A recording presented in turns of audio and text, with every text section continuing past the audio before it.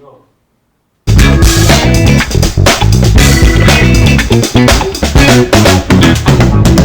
Tudo bem, pessoal? Sou o Anderson, conhecido como Anderson Wise, o Anderson Mariano. A gente está aqui hoje no canal da Wisecast, que é um canal bem legal, que a gente está indo já para a 10ª edição. E muita história legal que a gente vem acompanhando aqui, né, com os nossos convidados. E a gente tem aqui o Fábio, né, que tem a honra de dividir a bancada, é um amigo, parceiro. O podcast nasce dentro de uma instituição, então está aqui hoje para atender algumas finalidades que é de comunicação, mas a principal é de contar boas histórias e de como a gente hoje resolve os nossos problemas empreendendo. Então a gente, através das habilidades, das competências, a gente vem buscando soluções aí para problemas que é antigo, né, Fábio? Problemas que a gente vive na sociedade. A Wise faz muito isso e esse canal vem para compartilhar essas histórias de empreendedores, empresários, de autoridades aqui da cidade que vêm, de certa forma, empreendendo e construindo aí a sua vida, a sociedade, família, né? E aí, Fábio, se apresenta aí, fala um pouquinho também. Opa, Fábio, proprietário da Sistel Energia, e é um prazer estar aqui compartilhando mais uma história inspiradora aí, né? Uma história de altos e baixos, né? Como todo empreendedor, uma aventura bem vivida, né? E essa é a vida nossa de empreender, grandes ideias, conhecimentos, enfim. Hoje estou com um amigo aqui, Roger Vitiver. Exato. Roger Vitiver, o nome completo. Roger Marcel Vitiver Soares de Souza. Tem nome à Soares de Souza do Laerte, lá. Exato. O filho do Coronel Laerte. Isso aí. É isso aí, amigo. E vai contar um pouco da história aí. Teve uma carreira. Sua carreira começou na área pública também, servidor público. Exato, Fábio. Primeiramente, queria agradecer o convite, Anderson, Fábio.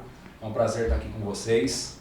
Eu sou um admirador dessa instituição e quando fui convidado me senti muito honrado. Parceiro, apoiador da Wise. Apoiador, né? Isso é um mínimo que a gente pode fazer vendo um trabalho tão bonito que eu admirei muito hoje aqui. E a minha história é exatamente assim, é uma história bem diferente, né? Uma história que eu penso assim, né, Anderson e Fábio, tem certas pessoas que têm uma vida que você olha assim, tudo acontece certinho. A pessoa nasce, pai e mãe, vai para a escola, namora, noiva, faz a faculdade, casa, tem os filhos e tudo corre bem. A minha história estava correndo nesse caminho, mas de repente fez eu acredito não, tenho certeza, né, que eu tenho uma fé cristã, que Deus deu uma mexida, uma guinada no meu caminho muito impressionante, que transformou minha vida, né? Eu nunca imaginava estar onde estou. Então, como começou, né? O meu pai ele é policial militar, coronel da Polícia Militar aposentado. E eu vivi quase que a minha vida inteira de solteiro morando ao lado de um quartel, né? A gente morava ali na Major Fonseca Osório, número 57, perto da fábrica da Tilibra. Entendi. Então, assim, o quintal da minha casa era o quartel. Então, eu vivia ali, conhecia tudo. E eu criei aquele sonho de ser policial. E aí, no ano de 97, eu ingressei na academia da Polícia Militar do Barro Branco, né? Fui lá 4 anos de curso, saí entra como aluno oficial. Aí em 15 de dezembro de 2000 me formei, aspirante oficial na Polícia Militar. E aí trabalhei sempre em área operacional, sempre na rua, como o pessoal fala, né? Então trabalhei em São Paulo por 3 anos, mais na região ali de Osasco, Carapicuíba, Itapevi, uma região bem complexa. Depois vim para Bariri, né? Um lugar que eu fui muito feliz. Tranquilo. Eu me desintoxiquei de São Paulo. Eu andava em São Paulo com 3 armas, esperando bandido sair de todo lado. E aí eu cheguei em Bariri, aquela paz. Nossa, tem vida, né? E aí eu fiquei ali 1 ano, depois trabalhei em Jaú e trabalhei em Bauru, né? Só que a minha vida estava correndo tudo nessa normalidade. Ali trabalhando, fazendo as atividades, como todas as pessoas. Eu tinha ficado noivo, hoje eu sou casado.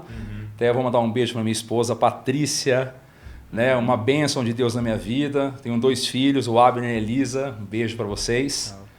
E ela também falou, me fala qual que é o link que eu quero assistir. Eu falei, não, é gravado, depois você vai assistir. Então, enfim, eu tava tudo bem na minha vida, trabalhando ali. E aí, dia 15 de dezembro de 2007... A data que marcou. A data. Na verdade, 15 dias antes eu tinha ficado noivo, tava lá planejando um casamento, já tinha comprado um terreninho, tá tudo tranquilo. Aí, na verdade, na noite anterior, a 15 de dezembro, eu tinha dobrado um serviço, né? Que na Polícia Militar nós trabalhamos em regime de 12 por 36. E aí na noite anterior, eu estava cobrindo uma escala de um colega que estava de férias.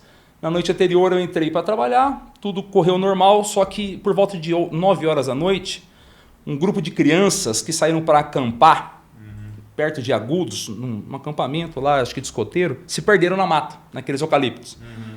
E aí virou um desespero, porque tinha criança de 7, 8, 9, 10 anos, estava com o monitor, mas aí tinha que ir lá, né?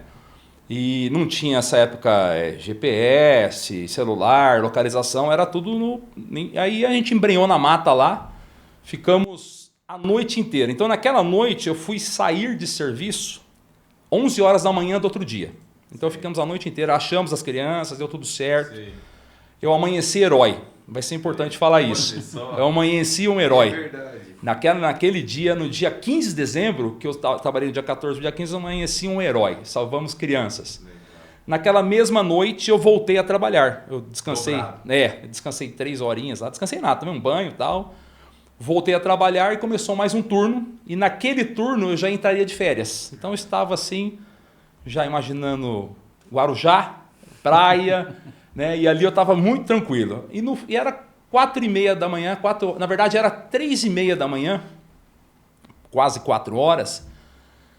Como eu coordenava Bauru e mais 20 municípios, que à noite o oficial, né, que é o tenente, ele cuida aqui pode ter mudado, mas na minha época era Bauru e mais 20 municípios. Nossa. Então é bastante coisa que tem que rodar. Cangarealva, Pederneiras, Lençóis Paulista, vai contando aí. Todas essas cidades é responsabilidade do tenente. Fazer o quê? Vistoriar, apoiar, ver se está tudo certinho, tem alguma ocorrência, enfim, eu estava ali naquela minha rota normal. Eu lembro que eu estava descendo ali a Rondon e aí o meu motorista falou assim: tenente, vamos parar no Graal? Porque a gente sempre ali tinha um contato no Graal, a gente tinha amigos lá, estavam num café. Ele falou: não, vamos lá no Meridota, porque já estamos aqui no caminho. Passamos lá no Meridota na base e aí eu recebi a informação ali na hora que havia um provável uma moto escondida, produto de roubo. Daí eu falei, poxa, era quase 4 horas da manhã, faltava 1h30 para mim sair de serviço. E eu estava bem cansado. E parece que ia sair de férias. Ia sair de férias. Era os últimos minutos. Eu estava ali empolgadaço, cara, mas assim, não é porque eu estou falando por mim mesmo, mas eu sempre amei fazer o que eu fazia. Então, para mim, não era sacrifício. Não é, vamos falar assim, não é uma palavra falsa. Eu sempre gostava, né? Daí eu falei, não, vamos lá. Daí eu cheguei lá, olha, houve uma denúncia de uma moto roubada, vamos averiguar. E aí, realmente, a pessoa que foi roubada era um taxista, mototaxista, teve o seu equipamento de trabalho roubado, mão armada. O cara pegou uma corrida e aí foi no ponto final e falou um assalto, o cara perdeu a moto. Eu falei, puxa, vamos averiguar. Averiguamos. Realmente eu localizei essa moto através de um acesso lateral, identifiquei que havia ali uma moto de roubo, né, pela placa e tal. Só que ali, depois que começa a ocorrência, nós somos em 6 policiais. Depois que começa a ocorrência, o tenente ele tem que delegar funções. Ele ali, na verdade, o comandante ele comandar junto, né? Mandar junto. Sim. Aí eu falei, você faz isso, você faz aquilo, você cuida, você olha do lado externo. E resumindo, houve uma ação errada, uma ação equivocada, que ocasionou a morte desse suspeito do roubo. Foi localizado a moto roubada, foi localizado droga. E ali eu tomei as atitudes que tinham que ser tomadas, né? Identifiquei, tomei as atitudes, conduzi para a delegacia, tomei a atitude de oficial, que a gente chama, né? Que é a atitude de comandante, de não se omitir. Fui lá, e aí levamos para a delegacia, levamos para o batalhão, tudo que tinha ali, aquelas provas do ato que aconteceu. Só que a coisa repercutiu a nível Brasil, e aí, em um determinado momento, todos que estavam na ocorrência foram conduzidos para um quartel da Polícia Militar e todos foram presos. Então não foi, eu falo assim, não importa quem fez, quem não fez, todo mundo foi conduzido ao presídio militar do Romão Gomes. Ali minha vida começou um chacoalhão, Porque, afinal de contas, eu era um herói. Na Pô, manhã. Eu amanheci herói. Eu achei que eu seria um herói com estrelas ainda. Porque eu falei, cara, vou terminar minha noite com chave de ouro, uma moto roubada, um detido. Nossa, aí deu essa reviravolta na minha vida. Fomos conduzidos para o presídio militar Romão Gomes. E ali, eu lembro que era um domingo, cheguei lá à noite, e lá no presídio militar Romão Gomes, ele tem um setor que é celas mesmo. Cela, né? Aí entrei aquele ambiente e tal, e aí começou a minha luta. A partir daquele dia começou a minha luta. E aí fiquei lá 200 dias. Nossa. 200 dias. Parece que é pouco, mas é dia. Começa a contar. Sem fazer nada. Ali, sem fazer nada. Dentro de uma cela. Dentro de uma cela. Né? O salário cai para 1/3 quando o policial, seja qual patente for, se ele ganhar 3, ele vai ganhar 1. E ali você precisa gastar com advogados, porque o que acontece na polícia? Né? Não existe uma assessoria jurídica. Você não tem assim, eu falo, chama lá a assessoria jurídica, é uma ocorrência policial, ali põe um advogado para defendê-lo, para ele falar a verdade. Não, ali você que se corra atrás do seu prejuízo. E ali ficamos 200 dias. Eu fiquei mais que os outros, inclusive fiquei 85 dias a mais. Eu saí dia 30 de junho de 2008. Entrei dia 15, então passei Natal, passei Ano Novo, passei Dia das Mães, passei todas as datas importantes, passei lá. Aí a gente conseguiu um habeas corpus, saí, trabalhei mais ainda um tempo na polícia, que para conseguir o processo administrativo, a polícia já determinou a exclusão e eu fui excluído da polícia. Eu não pedi baixa da polícia, eu fui excluído. E aí? O que eu faço da minha vida? Né? Eu tinha 30... Tá desempregado. Sem salário, não tinha trabalhado em lugar nenhum. Eles tomam sua arma, eu tinha uma arma particular, você não tem mais autorização, eles tomam sua farda, então tudo. E aí eu saí ali, o que eu vou fazer como ex-policial? Né? Porque a gente fala assim, um médico é médico. Um engenheiro, eu sei que você é engenheiro, né, Fábio? Você é engenheiro. Não importa onde você esteja, você tem seu conhecimento. Quem tem um marceneiro, mas um ex-policial, ele é um ex-policial, mas ele não tem mais ação. Vai trabalhar de... Não tem, ele não tem. Dinheiro prendendo ladrão? Não tem, ele não tem mais, ele não tem apoio, ele não tem mais o Estado, ele não tem nada. Então eu falei, caramba. Então eu me senti ali numa situação muito difícil, né? Claro, família sempre com aquele apoio, né? Então minha noiva, né? Éramos noivos, me apoiou sempre naqueles momentos difíceis, minha família. E aí eu fui trabalhar com meu pai. Aí começa a parte do empreendedorismo, né? Que eu falei, caramba, eu tenho que fazer alguma coisa. Só para você ter uma ideia, já se passaram 15 anos, né? Na verdade, que eu abri a empresa, já fez 15 anos, vai fazer 16. Eu nunca recebi um telefonema oficial da Polícia Militar para falar, poxa, Roger, precisa de algo? Será que a gente pode ser útil em alguma coisa? Nada. Simplesmente, eu até faço um paralelo, um papelzinho velho, jogaram lá e eu fui seguir minha vida. Mas graças a Deus, né, que eu tenho fé em Deus, certas coisas acontecem com algum propósito. Né? Então eu acreditei que Deus tinha alguma história na minha vida que ele seria diferente.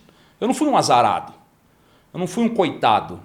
Eu fui um escolhido. Então eu falei, essa história minha, um dia eu vou estar num podcast, daqui 16 anos eu vou contar ela. Um dia eu vou ter alguém que precisa dessa informação, eu vou contar. E inspirar outras pessoas. Podem estar no lugar que você... Exatamente. Né? Foi talvez injustiçado, como você foi. Muitos são. Provado pela justiça depois. Exatamente. Né? E aí a pessoa fica lá no desânimo. Acho que a vida acabou. Aí eu imagino, você precisou você teve apoio. Porque com o desânimo que você devia estar ali e começar sozinho o negócio. Do zero, Fábio. E pensa que é zero mesmo. Sabe por quê? Eu saí e eu fui trabalhar com o meu pai. Meu pai tinha uma academia de formação de vigilantes. Sim. E aí meu pai tinha uma fatia do bolo que era parte do prolabore dele. Ele dividiu comigo, ou seja, eu cheguei lá dividindo o que tinha de salário. Eu trabalhei. Né? Então, mas ali eu falei, puxa, eu estou numa sombra aqui que eu não estou conseguindo prosperar aqui dentro. Por mais que eu tente fazer o meu melhor, já estava no limite. Aí eu falei, caramba, eu preciso ter meu brilho, né? Aí eu pedi direção a Deus, falei, Deus, poxa. Aí eu comecei a olhar nas ruas, eu falei, puxa, eu passava nas ruas e via muitas plaquinhas de monitoramento, de alarme. Eu falei, bacana isso aqui. Aí eu comecei a pensar nesse mercado. Eu falei assim, já que eu estou numa academia de formação de vigilantes, eu não quero dividir o bolo, eu quero somar esse bolo. Que tal a gente trazer um setor de segurança eletrônica aqui? Aí eu comecei a olhar, comecei a estudar o mercado, ver que o histórico das empresas não vinham da área de segurança, vinha da área da eletrônica. Eu falei, poxa, eu acho que eu posso trazer uma história diferente, que eu tenho experiência na área de segurança. Sim. Apesar de eu ser um ex-policial, assim, não ter ação, não ter... De certa forma. Mas eu sei o que acontece. Né? As leis, os Exato. limites, tudo na cabeça. Eu me formei em Direito, né? A época que eu estava como tenente, eu me formei em Direito também. E aí eu falei, poxa, aí comecei... Aí um dia eu decidi abrir uma empresa de segurança eletrônica, monitoramento de alarmes. Comecei lá, eu e mais um, começamos a monitorar alarmes. Como que funciona monitorar alarmes? Você coloca lá um sistema de alarme, e aí quando há um disparo, chega na empresa essa informação, e aí você tem que tomar uma atitude. Ir até o local, fazer uma vistoria, mandar, né, a ronda, identificar se há algum indício de invasão, e ali eu comecei. Mas sabe o que acontece, Fábio, Anderson? Começar uma empresa com experiência é uma coisa. Agora, se você começar uma empresa sem experiência nenhuma, eu não podia falar para o meu concorrente, ô X, ou Y, como que funciona aí? Nada, é acertos e erros. Eu era o Honda, tá? Eu era o vendedor, eu era o administrativo, eu era tudo. Instalava, eu tinha que... Tudo. Eu aprendi tudo. Então ali... E aí a gente foi angariando cliente por cliente. A vida de empreendedor. Não é fácil. E quando eu abri a minha empresa, eu fui consultar os concorrentes que eu tinha. Existiam à época 70 empresas de monitoramento, só em Bauru. Eu era o 71º. Não fazia nem ideia. Falei, nossa, gente, é muita concorrência. Mais um na multidão. Inclusive eu ouvia muito isso. Vai durar 3 meses. E aí, a gente nessa área de empreender, né, a gente vai aprendendo com os erros. Né? Então, a gente começou... Então, só para você ter uma ideia, até 200 clientes monitorados, o que é demorado você chegar, porque monitorar um cliente, você tem que primeiro convencê-lo de que a sua empresa é responsável, depois você tem que ir lá instalar e você tem que mostrar que o serviço funciona, porque ele vai testar. Sim. Ele vai entrar lá e vai deixar de disparar o alarme, vai ver se o Honda chega, não vai atender o telefone. Então, até 200 clientes, eu era aquele cara que atendia todas as ocorrências. Então, eu trabalhava o dia inteiro nessas funções multitarefas. Sim. Aí chegava em casa, falava para que esse cara que me ajudava, ele entrava à noite, né? Das 10 da noite. Eu falava, olha, se disparar o alarme, me liga que eu vou. E era impressionante. Sabe quando você pega no sono, assim, que você fica ali, aí você... Roger, disparou. Aí eu pegava minha motinha e ia lá. Entendia o disparo. E isso foi até 200 clientes. Por que 200? Né? Porque a zona de equilíbrio de uma empresa de monitoramento são pelo menos 200 clientes monitorados que te permite... Cara. É bastante. Que te permite ter um fluxo... Um pouco mais estrutura. Exatamente. Funcionário. Porque você tem que ter uma estrutura 24 horas. É claro. Porque tem que ter o Honda 24 horas, o monitor 24 horas. E ali eu saía para caminhar, por vezes com a minha esposa, e eu pegava um chumaço de panfletos e saía distribuindo. Então eu também fazia panfletagem trabalhando. Empreendedorismo. Isso é empreendedorismo. Então, é aventura. É duro. Esforço e resiliência. E o importante é que meu processo estava correndo. Nossa, eu estava sendo acusado de um homicídio qualificado. Qualquer momento podia ser condenado. Qualquer momento condenado. Voltar para a prisão. Pena mínima de 12 anos. Que isso. E convivendo numa cidade ao qual eu trabalhei por muito tempo, com pessoas que torciam a favor e pessoas que naturalmente torciam contra, né, que acreditavam no pior. E ali a gente foi trabalhando, então assim, aquela resiliência tinha que ser dobrada, não era fácil, porque às vezes eu encontrava com alguns policiais que faziam gestos de apoio até, e outros que faziam gestos de gozação, né, como se a estrela tivesse caído dos ombros, né, por ter perdido a farda. E ali a gente tem que, o que eu falo, né, motivação é algo que vem de dentro. Então se eu buscasse motivação fora, eu não conseguia achar. Achava as pitadas de motivação, mas ali eu tive que encontrar dentro de mim mesmo. E essa motivação vem de Deus. Não tenho dúvida. Não tenho dúvida, né? Porque Fonte de e eram toda audiências do motivação, processo, confiança. gastos com advogados. Ô Roger, você tinha também no entorno ali muitas pessoas orando por isso, né? Seus pais, Exato. também a esposa, né? Imagino que o pessoal dando apoio, né? Tem. Fábio, eu falo Porque para você. É muito fácil cair numa depressão ali. Fácil. Você fala assim, para que Nessa eu vou situação é juntar difícil. dinheiro? Para que eu vou montar uma empresa de sucesso se amanhã eu posso ser preso? Tá com processo. E né? olha, eu fui policial 12 anos. Nos meus 12 anos de policiais, o meu único patrimônio era um terreninho que eu comprei num condomínio simples, não é nada chique não. Uhum. Eu tinha aquele terreno, eu tive que montar minha empresa. Aí eu tive que vender esse terreno, meu único patrimônio que eu conquistei nesses 12 anos de policial. Aí eu lembro que eu recebi um uninho, que está até hoje comigo esse uno, e uma parte em dinheiro. E aí eu comecei a minha empresa, eu falei pro meu pai, pai, até para voltar essa história que eu não tenho, eu falei, pai, eu preciso criar meu caminho, então eu vou partir. O senhor me segura o salário que eu tenho aqui por 3 meses para mim poder montar minha empresa? Eu falei, vai em frente, filho. Na verdade, eu sempre falo que meu pai foi o meu maior incentivador, né? Em paralelo aos outros, né? Imagina. Que quando eu pensei em montar a empresa de monitoramento, sabe quando sua autoestima tá baixa? Eu cheguei assim, pai, tô pensando em montar uma empresa, vai dar muito certo. Vai em frente, filho. Você vai ser o maior do Brasil. Meu pai já incentiva tanto que você fala, poxa, calma, pai, eu sei que... Calma aí, mas ele me jogou pra cima. Não, vai dar certo sim, você vai ser muito ele bom. Ele é assim mesmo. Ele né? Você conhece o Fábio? É o otimismo. O pai é o otimismo. Aprendo muito com ele também. E aí eu falei, puxa, vou pra frente. E aí ele me ajudou. E então, assim, só resumindo, o que eu conquistei, eu tive que desfazer de tudo para começar a empresa. Aí durante esse período inicial da empresa que você está mais precisando ali, o Estado entrou com uma ação contra a minha pessoa. Porque o que aconteceu? Quando aconteceu esse fato, a família foi indenizada pelo Estado. Sim. O que é justo.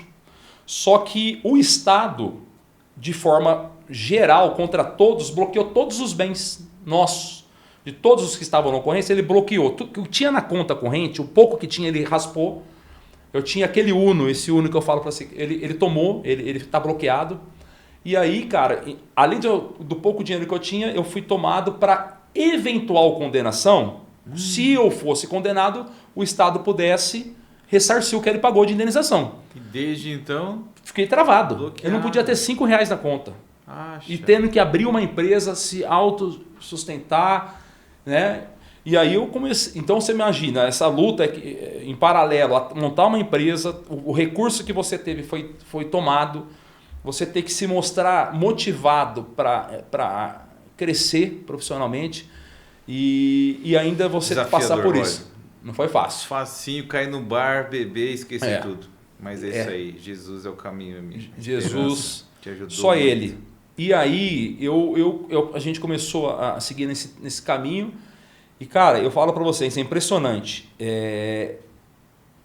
Uma vez eu assisti um testemunho de uma pessoa que passou por problemas bem fortes e tem uma passagem bíblica que o vaso, né, para que o vaso fique pronto, ele tem que ser tratado no fogo, né, para que depois que ele é moldado, para ele ganhar rigidez, né? a rigidez, tem que tacar fogo nele, né? É. Daí ele falou, cara, eu passava por esse fogo. Além de eu ter sido amassado para essa nova estrutura emocional, profissional, eu ainda passei por esses fogos, né, durante a vida. Mas graças a Deus, né, porque a gente foi caminhando e foi conseguindo.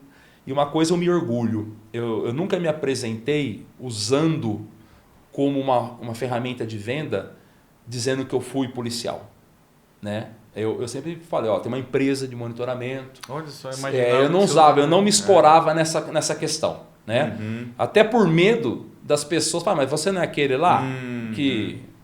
Até eu explicar que o processo estava rodando, que ainda não tinha sido julgado, que ninguém no Brasil é culpado até o trânsito em julgado. Exato. A presunção de inocência, não é a presunção de culpa. E eu estava ali passando por um processo longo, né? E ali a gente foi caminhando e aí em 2018, na verdade 2009, né, nesse começo da empresa eu me casei, né? Minha esposa é psicóloga, então ela também trabalhando, foi me ajudando bastante. Aí, em 2010, tive meu primeiro filho, o Abner, né? E a gente foi trabalhando. Em 2017, tive meu segundo filho, né? Minha filha, que chama Elisa. Cara, graças a Deus a gente foi prosperando nesse caminho, sabendo que existia um problema a ser resolvido. E eu sempre falava assim, não sei se vocês já tiveram problemas. Óbvio, eu não estou em Marte, né? Já teve problema, Fábio? Todos os dias. Você teve, Anderson? Todos os dias. Na verdade, eu venho, né, de uma família desestruturada, né? Quando eu venho para Bauru, né? Então, assim, sei muito bem as dificuldades, né? E aqui na comunidade que a gente atende, né? Então, a gente tem muitas famílias aqui muito problemáticas, né? Que tem jovens, adolescentes aqui que os pais estão presos, ou moram com a avó, com o tio, com a tia. Então, infelizmente, no Brasil, a gente tem muitas famílias bem problemáticas. A vida nossa é problema, né? Cada um na sua escala. Cada um na sua escala. E eu lembrava desse problema meu todos os dias. É duro quando você lembra do problema, né? Que você não conseguia, você não podia nem resolver. Não dependia de você. Não dependia de você. Não dependia. Isso era o pior. A impotência de tentar, vou fazer alguma coisa para resolver isso hoje. Não dá. Não tem o que fazer. E ele se desponta numa área, cai, começa do zero. E nesse começar do zero tem que criar um novo negócio. E nesse negócio ainda continua nessa sombra aqui. Então, nossa, é difícil. É uma sombra. E aí o que mais me impactava é que assim, todos os dias eu lembrava desse problema. Todos os dias. E muitas das vezes, não vou dizer todas as noites, mas muitas das noites de sono, eu recordava momentos que eu era policial. E falava, puxa, acabou, nunca mais, esquece. E eu me imaginava voltar naquele lugar onde eu estava, que é o presídio. Então, se você tratar isso e você acordar de manhã, tendo filhos pequenos, e falar, não, calma, novo dia, vamos lá, sorriso no rosto, motivação. E aí, não é fácil, mas é um processo que você tem que fazer, como aqueles corredores que correm 12, 20, 30 quilômetros, ninguém consegue fazer isso do dia para a noite. Eu acho que é um hábito. Eu me habituei a saber que esse problema não ia ser resolvido rapidamente. Inclusive, meu advogado, Dr. Evandro e o Coronel Meira, que foram meus advogados, eles falavam, Roger, o Coronel Meira foi mais no final, né? O Dr. Evandro caminhou desde o começo comigo. Sim. Evandro Dias Joaquim, um excelente advogado. Ele falava, Roger, o tempo, nesses casos, é um aliado. Então, você tem que esperar. Não queira apressar. Espere as etapas. E eu lembro quando eu estava naquele momento perdido, ele falou assim, você é o senhor da sua vida, você tem que correr atrás e fazer uma nova história. Não espere que amanhã vai resolver, você vai voltar para a polícia e vai tudo ficar bem. E aí caminhamos, né? Então a empresa fez 15 anos agora em setembro.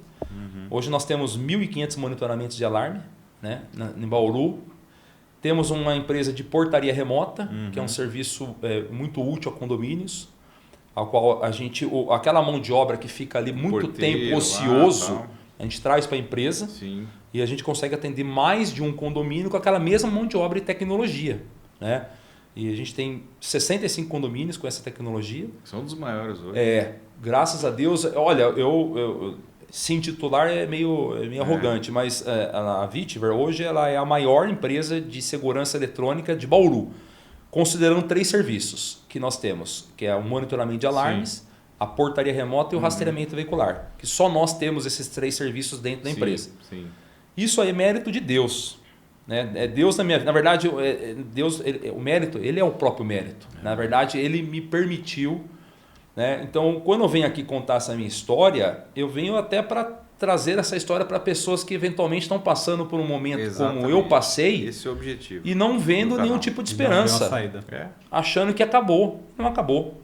Né? Então, se reinventa. Exatamente. Dia 23 de abril desse ano, 2024, 16 anos e meio após aquele dia em que eu achei que eu ia amanhecer herói novamente, nós passamos por um júri popular que demorou 26 horas, um júri muito difícil, e nesse júri eu fui absolvido.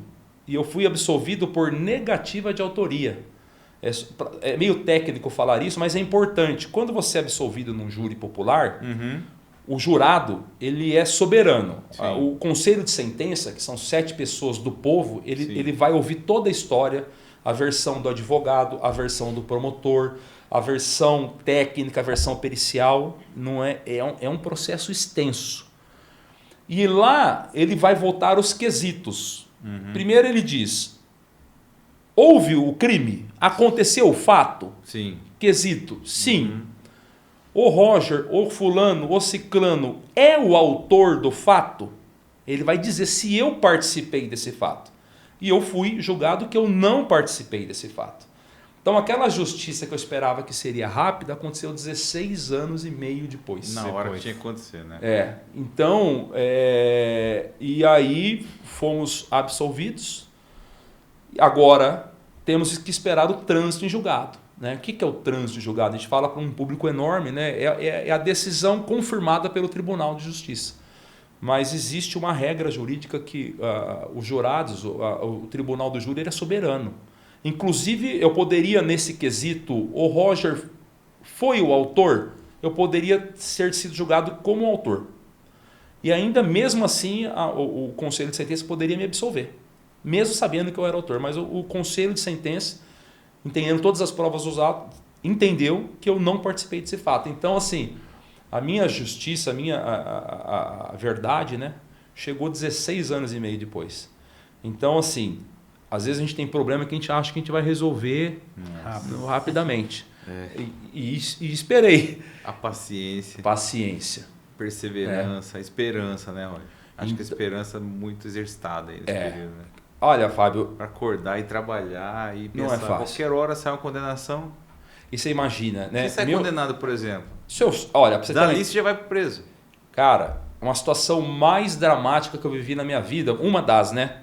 Foi no momento prestes à decisão final, que é o voto dos jurados. Como que funciona? Nervosismo. Você está lá, você já passou 26 horas, aí nós saímos da sala e os jurados vão numa sala secreta, né, uma sala particular, e aí o juiz fala assim, ó, os quesitos são esses. Como eu falei, ele foi o autor, você absolve, não absolve, aí a gente espera aquilo lá.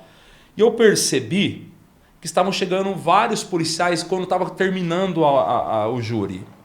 Eu falei, puxa vida, o pessoal veio nos dar um apoio. Eu imaginei, né? Eu falei, nossa, eu estou me sentindo até... Eu acho que há um fio de esperança na polícia. Porque eu falei, caramba, tá chegando muitos policiais. Daí eu vi lá o pessoal sentando, eu falei, nossa, me senti até um pouco feliz naquele momento, né? Aí, na verdade, eles estavam nos esperando para levar para o presídio. Isso que eu fiquei sabendo depois. Eles já estavam com pacotes caso fosse condenado, a gente já estava determinado que nós iríamos para o presídio de Tremembé. Então, eu falei, caramba, né? Nossa, não dá para esperar nada mesmo, né? E aí, assim que saiu a nossa absolvição, esses policiais viraram as costas, já saíram rapidamente, foram embora. Imaginei, pelo menos recebeu um parabéns, mas foram embora. Mas minha família estava lá. É isso, né? Pessoas importantes. Comemorar com quem você, deveria né? estar estava lá. E em oração, que eu sei que muita gente estava orando e estava presencial. E ali, cara, foi um momento, assim, sabe, que eu entendi que o tempo de Deus não é nosso tempo. Né? Não é. Então, e eu nunca vinculei a minha fé às coisas darem certo. Eu aprendi isso. Porque poderia dar errado. Poderia algo acontecer de pior. Mas eu acredito no Deus de justiça, né? Mas eu nunca vinculei. Até minha esposa falava, meu pai falava, olha, vai dar certo, mas minha fé não está vinculada a dar certo. Vai dar certo. A gente tem que ter fé positiva. Mas se não der certo, acabou. Você está preparado para o que deve né?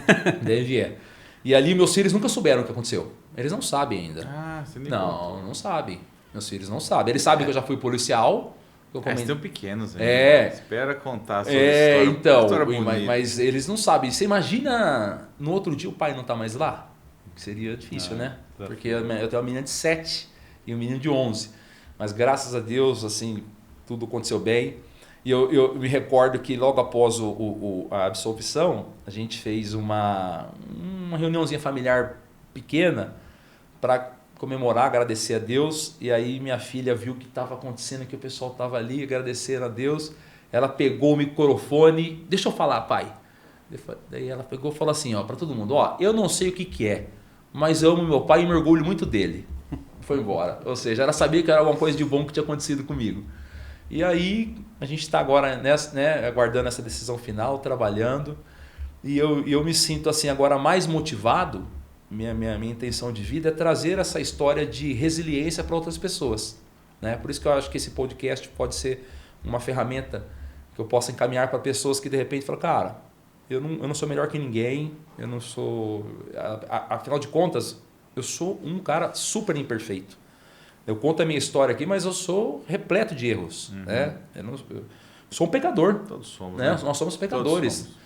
Deus, ele é misericordioso conosco, mesmo nós não sendo fiel. Ele é fiel. Nós não merecemos. Não merecemos. Então, minha batalha agora é o quê? É terminar essa história, é pedir minha reintegração na Polícia Militar, né? Porque não está fechada essa história ainda. Eu não pedi baixa da Polícia Militar. Tá certo. Eu ainda acredito na minha inocência, fui provada na Justiça, agora eu espero o trânsito em julgado, que é o tribunal firmar, aí vou entrar com uma ação contra o Estado, solicitando, obviamente, a reparação dos danos que me causaram e a reintegração ao cargo que eu deveria estar. Né? Se eu estivesse na Polícia Militar, eu estaria sendo provavelmente promovido ou em dezembro ou em maio a tenente-coronel. Que minha turma seguiu o caminho, eu estou me fazendo um comparativo. Né? E aí, esse problema está guardadinho numa caixinha, no momento certo, né? Mas graças a Deus que eu tenho uma coisa bem menor, né, a pensar, que é do que eu pensava antes, né, que eu tinha um problema bem maior. Mas é isso aí, a gente está nessa batalha ainda, terminando. Que história, Roger, que história linda, cara. Sim. Eu queria fazer uma pergunta antes de você. Aí você estava lá, experimentou essa vida do trabalhador, do servidor público na área de segurança, que eu admiro, é um trabalho, a pessoa coloca a vida em risco ali. E aí você saiu, foi lá no fundo do poço, voltou, percorreu o empreendedorismo do zero, começar vendendo algo que não tem ainda. Sem conhecimento nenhum. E aí trilhou, evoluiu, né, colheu frutos aí, como você disse, árvore bem plantada, crescida por Deus. E aí, você fala, você enxerga hoje, como ficou aquela questão? Eu trabalhei lá atrás, você voltaria a ser hoje um servidor? Eu que nem o pessoal fala, né? Alguns amigos comentam, cara, se você voltar, você quer trabalhar? Eu falei, não. Eu me desiludi com a profissão, mas eu tenho direitos, né? Que a parte legal eu entendi perfeitamente, eu acho que você está correto. Mas eu perdi aquele amor que eu tinha pelo trabalho policial, né? Porque o que eu percebo hoje, Fábio? E minha meta vai ser poder ajudar esses policiais também, um dia. Tem muito policial bom. Tem muito, mas a grande maioria são guerreiros. Sim. O que acontece é que quando esse guerreiro, esse cara que quer fazer o melhor, que vai lá com a luz apagada tentando surpreender, para tirar aquele traficante da rua, para surpreender o ladrão, para tentar buscar aquela moto roubada do mototaxista. Só para você ter uma ideia, eu gastei umas 100 motos com advogado do que custou aquela que eu fui tentar recuperar. Se algo acontecer que foge ali, não foi por maldade, ele está completamente por conta própria. Por conta própria. Isso Jogado. Que é ruim, isso que é. Essa lei tinha que ser revista, né? Tinha que ser revista. Porque assim, ó, para você ver como foi minha situação. Eu ali policial tentando encontrar um ato criminoso, uma moto roubada e tal.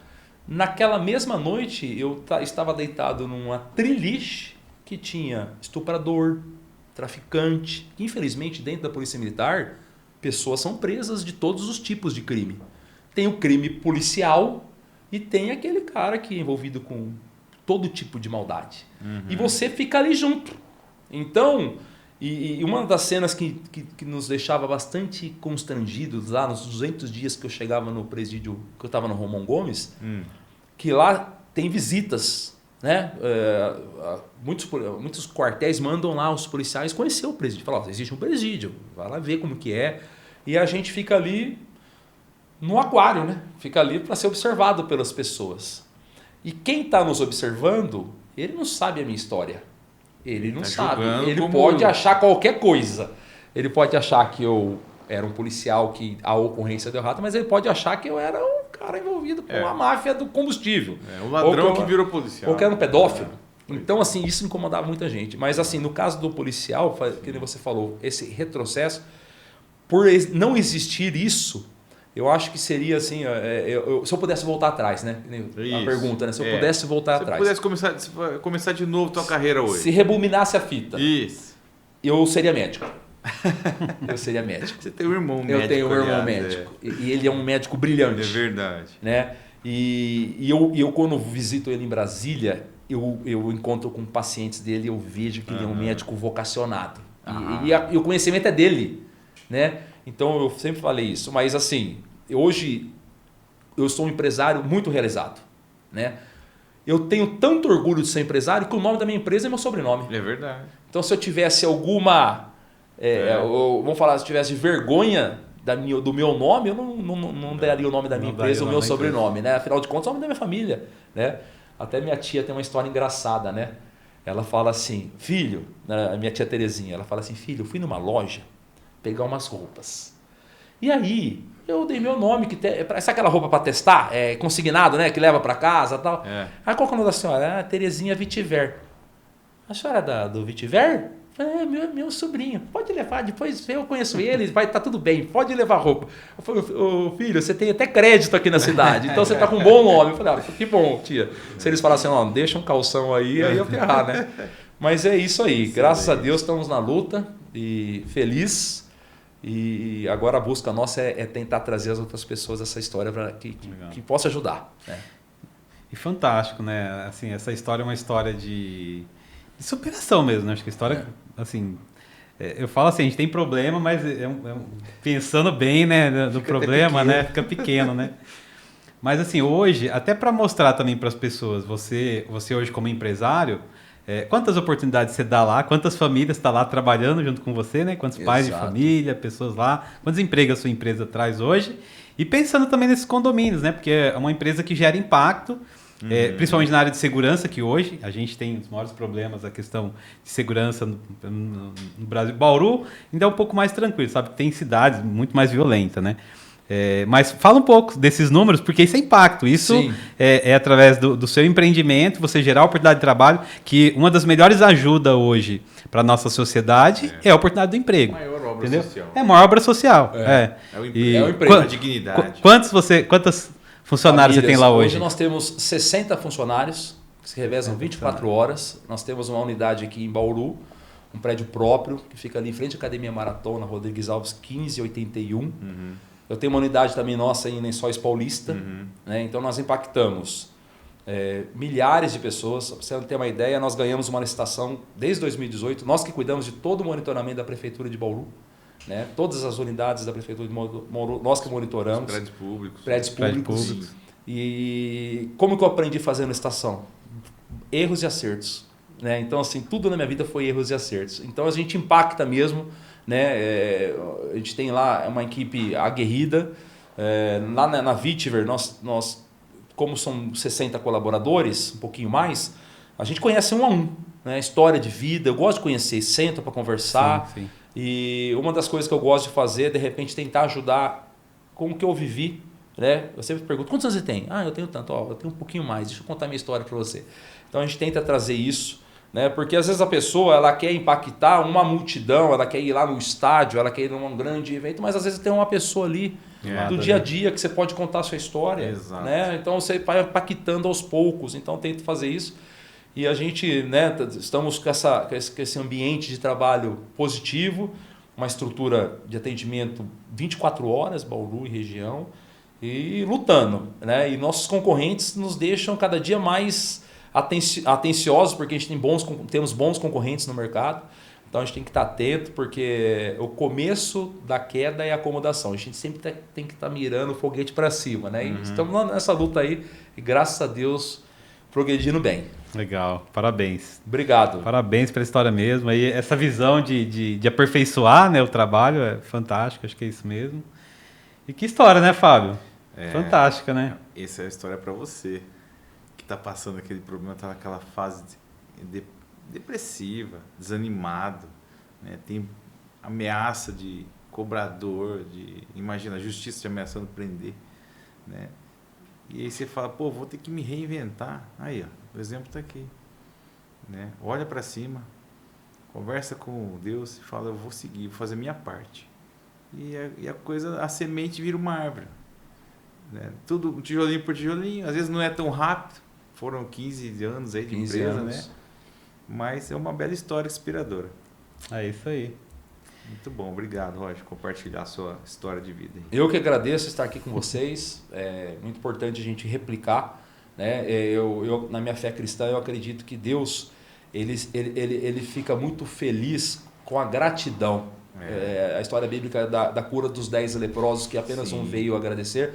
Então o que eu tenho a dizer aqui é gratidão a Deus, né? E por poder trazer essa minha história. E se uma pessoa aqui escutar esse podcast e se inspirar, já valeu tudo que eu passei. É isso que eu digo a vocês. Ó, a gente tem um brindezinho, né, que a gente deixa aqui. Então é uma lembrancinha. Muito obrigado. Uma garrafinha, se você quiser abrir para mostrar para a câmera. É uma garrafinha térmica personalizada. A gente tem um estúdio, né? Tem a oficina Maker e ela faz aí o... Caramba, essa é aquela que marca até a temperatura? Se olhar Isso, exatamente. Chique demais, hein? E é uma lembrancinha. Muito obrigado, será usada constantemente. Nesse calor que estamos, hein? Térmica ainda marcando a temperatura. Muito obrigado, viu? E eu acho que tem um tempinho para uma fala final para os nossos jovens aí, né? Para os empreendedores. É necessário. Dá uma Deixa mensagem. uma mensagem final aí para quem está assistindo a gente aí. Olha, a mensagem que eu deixo para o empreendedor. É um caminho. É um caminho. Você tem que planejar esse caminho e pensar onde eu quero estar daqui a um ano. Onde eu quero estar daqui a 5 anos. Onde eu quero estar daqui a 10 anos. Entender que nada é fácil para ninguém. Nada é fácil para ninguém. Então não pense que você é o azarado, que você é o que errou. Vá no seu objetivo, estude o que você quer. Não entre num assunto que você não entenda, pelo menos o mínimo. E o Neymar, eu até brinco, o Neymar não faz gol sozinho. Angarie um time que te ajude a crescer. Né? Então você tendo um time, tendo um objetivo, você chega onde você desejar, sem dúvida alguma. E lembrando, hein, você não vai chegar em lugar nenhum se você não tiver Deus. Tendo Deus, esse é o princípio que você tem que brilhar sempre. Maravilha. Obrigado, Roger. Muito obrigado a vocês, viu? Estamos juntos. Que agradece. Precisando, conte conosco. E aí você que está assistindo aí, obrigado pela presença de mais um podcast aí, compartilhar até agora com a gente aí, né? Essa história. E clica no sininho aí, já segue o nosso canal. E até a próxima história aí do Wisecast. Valeu, pessoal. Obrigado. Até a próxima. Um abraço. Fechou, ficou bonito. Ficou bacana? Bacana. Show. Pode compartilhar Agora, porque ficou top, cara. Ficou dentro do prazo ainda. Eu fiquei acompanhando ali para não estourar com as falas, né? Então fica legal. Nossa, muito bom, Roger.